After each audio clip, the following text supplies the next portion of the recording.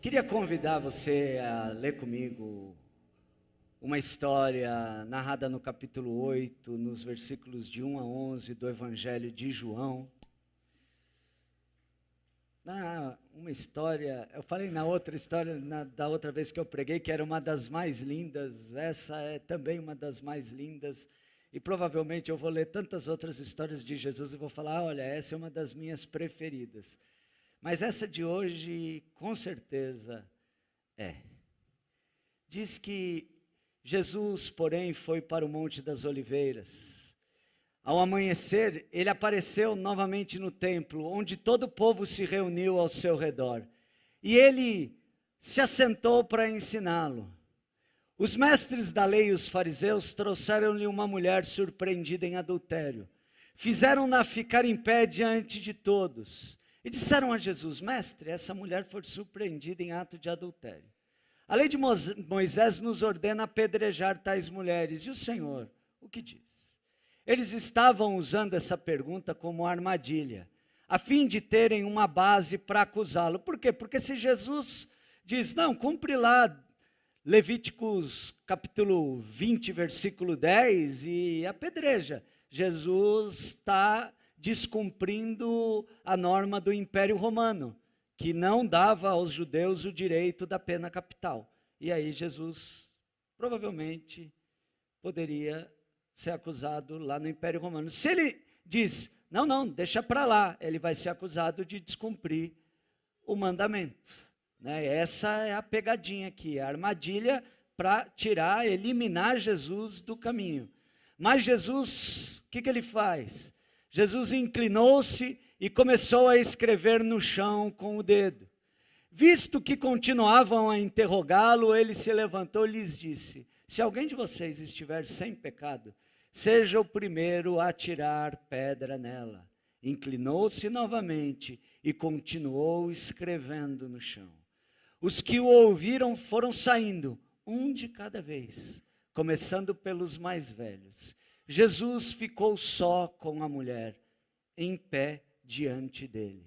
Então, Jesus pôs-se de pé e perguntou-lhe, mulher, onde estão eles? Ninguém a condenou?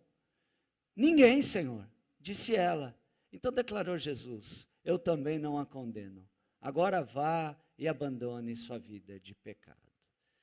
Vamos orar. Pai, fala conosco nessa manhã, fala conosco com a tua voz inconfundível, fala conosco que enche o nosso coração da tua presença, do teu amor, da tua paz e da tua alegria que sustentam a nossa vida todos os dias. Louvado seja o teu nome.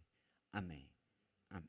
O que nós temos aqui? Bom, temos os fariseus e os mestres da lei buscando eliminar Jesus. A ideia é eliminar, é tirar Jesus do caminho. Ou ele vai responder perante o Império Romano e provavelmente vai ser preso, vai ser morto como um rebelde, o que posteriormente irá acontecer, ou ele fica sem crédito perante os seus seguidores e a turma, porque ele não cumpre a lei, ou ele não interpreta a lei da maneira como aqueles líderes religiosos interpretaram.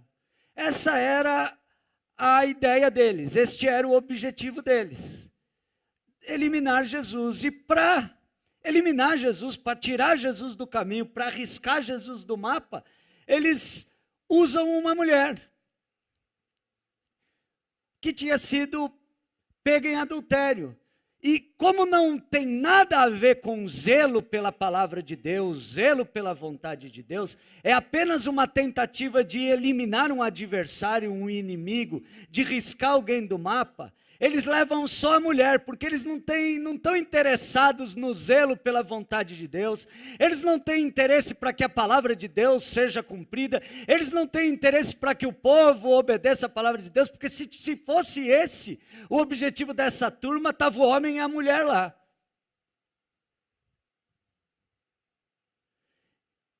E nessa obstinação deles por eliminar Jesus, tem uma pessoa exposta até o último grau, tem uma pessoa apresentada para ser morta. É incrível. É chocante que os líderes da religião daquele tempo, que aqueles que se diziam os representantes de Deus no mundo, querem eliminar uma pessoa, e para isso eles nem se importam se alguém é exposta, se alguém é colocada diante dos outros com uma acusação, não se importam nem mesmo se Jesus vai mandar apedrejar e vai matá-la.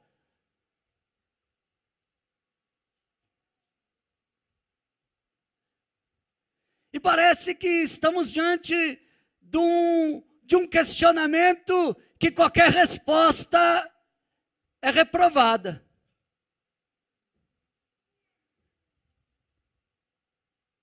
Mas aí tem Jesus. E o que eu acho lindo nesse episódio é que a preocupação de Jesus não é com o zelo da vontade de Deus, em primeiro lugar, com o zelo do cumprimento. O amor tem outras prioridades. E para Jesus, o importante é a defesa dessa mulher, é a defesa da vida.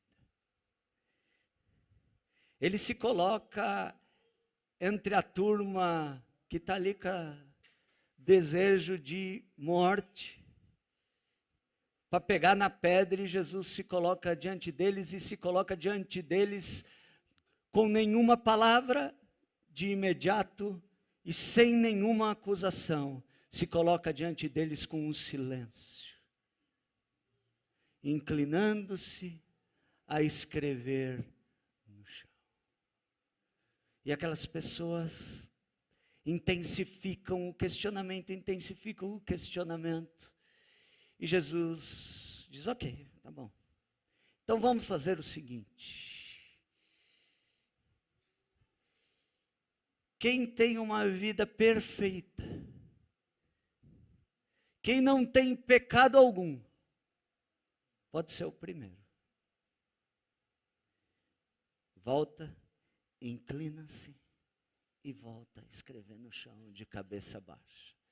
E diz o texto que dos mais velhos para os mais novos, a turma vai embora. E aí, o risco de morte está evitado. Podia Jesus virar as costas e falar,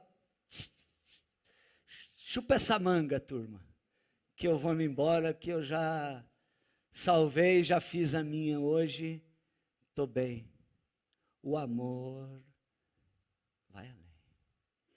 Há uma pessoa a ser restaurada, há uma dignidade a ser devolvida. E Jesus faz isso de uma maneira tão bonita, tão bonita, tão bonita, que tampa a feiura da atitude daqueles líderes religiosos, porque diz que quando eles vão embora, Jesus se levanta, coloca-se ali em pé de igualdade, porque lá o mestre ensina assentado, e Jesus se levanta, para de escrever lá no chão, e diz para a mulher, não tem mais ninguém? Ninguém te condenou?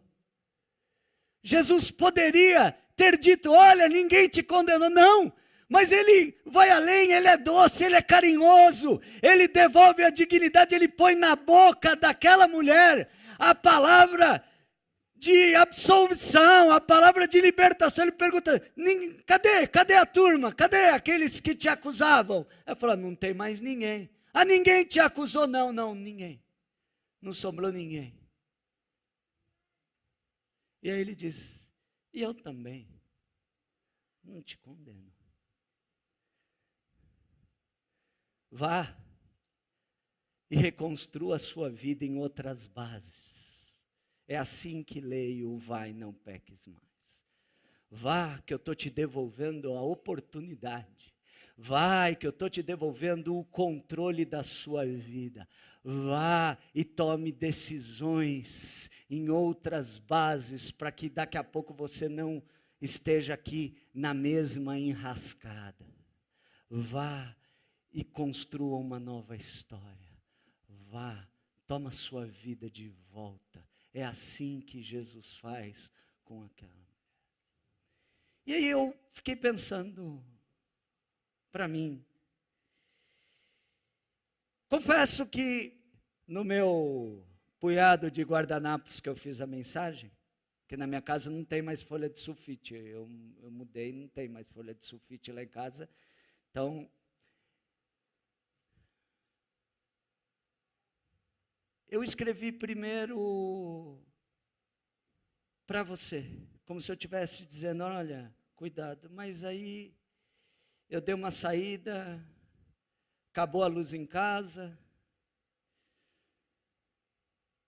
deu a volta, fui lá na rua, quando eu voltei, hoje de manhã, eu construí de uma outra forma as lições, e eu queria dividir com você assim, que eu, diante da possibilidade e de o desejo de eliminar pessoas da minha vida,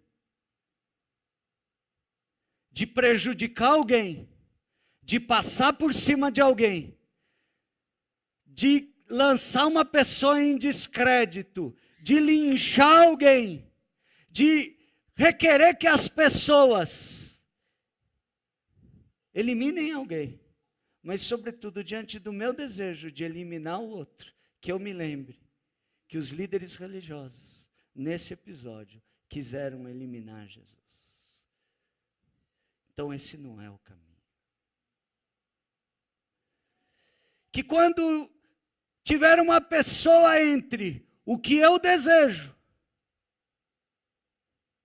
e o que eu tenho no momento, quando eu enxergar que se eu utilizar uma pessoa, eu posso atingir melhor o meu objetivo, que eu me lembre que esse não é o caminho, que esse não é o caminho, esse é o descaminho daqueles líderes religiosos que para manterem os seus postos usam as pessoas. Então esse não é o caminho, esse não é o caminho, que eu me lembre disso, que o Espírito Santo de Deus me lembre disso. Que eu não apresente pessoas para serem apedrejadas. Quando nas minhas conversas que eu tenho com alguém, que por meio da fofoca eu não faça o outro dirigir-lhe uma sentença de condenação, que quando eu estiver desejoso de destruir a vida de alguém e fazer com que o outro odeie aquele que eu estou com raiva, que eu me lembre que esse não é o caminho. Esse não é o caminho.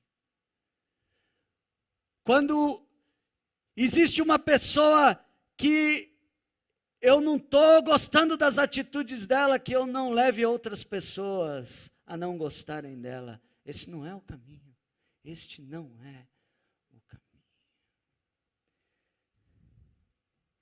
Mas também não é o caminho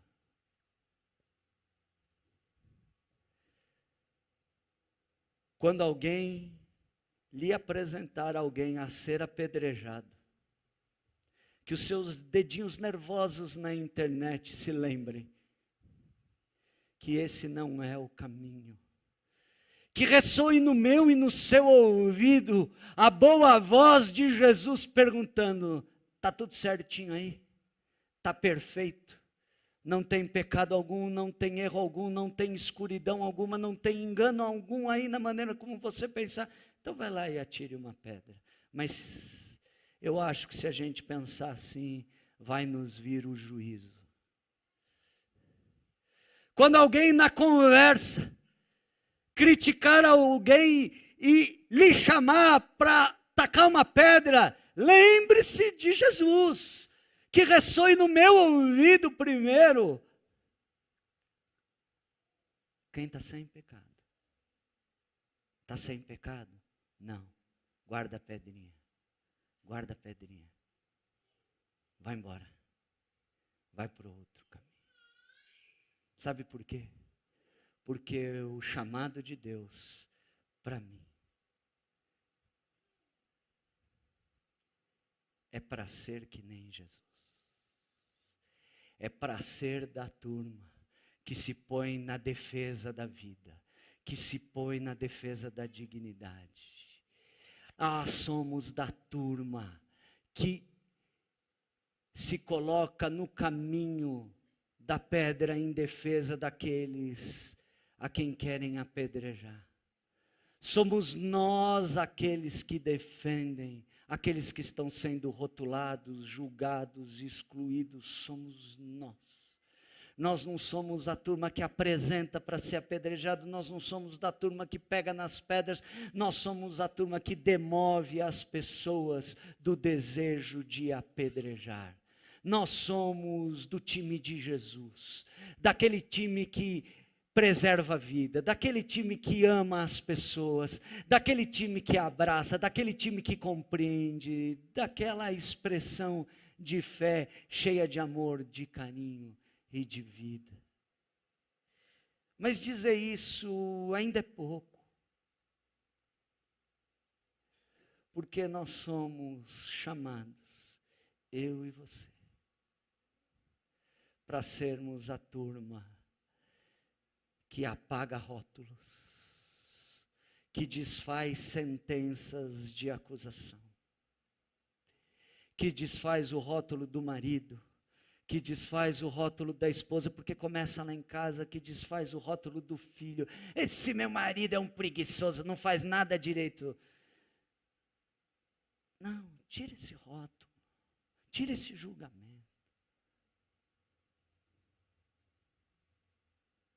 Quando tem aquele parente mais vulnerável que está todo mundo levantando a mãozinha com a pedra, se coloque no meio, calma. Todos nós temos os nossos erros. Abrace, ponha-se no mesmo nível. Deixa a pessoa se sentir perdoada. Deixa a pessoa se sentir acolhida. Onde estão os que te condenam? Tem alguém? Não, não tem ninguém. Eu também não te condeno. Sabe que é essa comunidade de João, é nessa comunidade de João que nasce o capítulo 20 de João, que diz assim: assim como o Pai seja convosco, lá no versículo 20, no capítulo 20, 21, você vai ver lá na sua casa, assim como o Pai me enviou, eu vos envio. E soprou sobre eles o Espírito Santo e disse: se vocês perdoarem os pecados, serão perdoados os pecados que vocês perdoarem. E é nessa dimensão que essas igrejas estão vivendo, perdoando, acolhendo, recebendo justamente os não-judeus, aqueles que não podiam ser acolhidos na dura leitura do texto da lei. É nessa dimensão, é por isso que João 8 está aí na sua Bíblia. É por isso que o escritor de João deixou isso registrado para aquela comunidade, que eles acolhiam, que eles abraçavam, que era uma comunidade que vivenciava o perdão de pecados, não era uma comunidade que vai colando rótulo. Está lá, aquele lá mentiu um dia, ele é um mentiroso. Aquele lá aconteceu tal coisa, ele é o fulano de tal, assim, assim, assado. Rotula as pessoas pelos seus erros. Não, isso não tem nada a ver com o reino de Deus. Sabe por quê? Porque nós somos a turma, e eu sei que sou da turma, chamada para transformar pedra em esperança. Sabe por quê? Porque Jesus ensina a você e a mim não olhar as pessoas pelo seu passado, mas a olhar as pessoas pela esperança que o Evangelho é para cada ser humano. A olhar o outro por aquilo que ele vai ser por causa da atuação de Deus na vida dele. Olhar as pessoas que não são da comunidade de fé dizendo: um dia a glória do Senhor vai se espalhar assim como a terra cobre todo o mar, e essa pessoa vai ser uma pessoa de vida bonita, essa pessoa vai construir um futuro.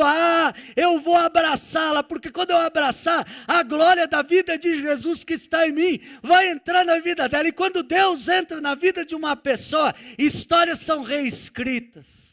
Vidas que não estão sendo bonitas se tornam vidas bonitas. É preciso olhar o outro com esperança.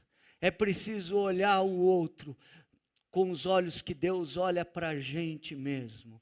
Ele não nos olha olhando lá para trás com a condenação, não. Ele olha com esperança, ele diz, ainda não se manifestou aquilo que haveremos de ser.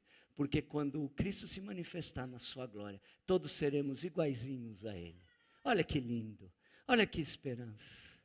Isso não combina com pedra, porque pedra aniquila o futuro, porque pedra tira da existência, porque pedra segrega, porque pedra separa, porque pedra põe o outro longe, porque pedra faz a gente virar o rosto. Nós somos a turma do amor, do abraço, da esperança. E eu queria terminar essa palavra dessa manhã para dizer para você que está debaixo de rótulo, está debaixo de algum tipo de condenação, que está sabendo que a vida desandou, perdeu momentaneamente o controle da sua vida. Tem muita gente com pedra na mão.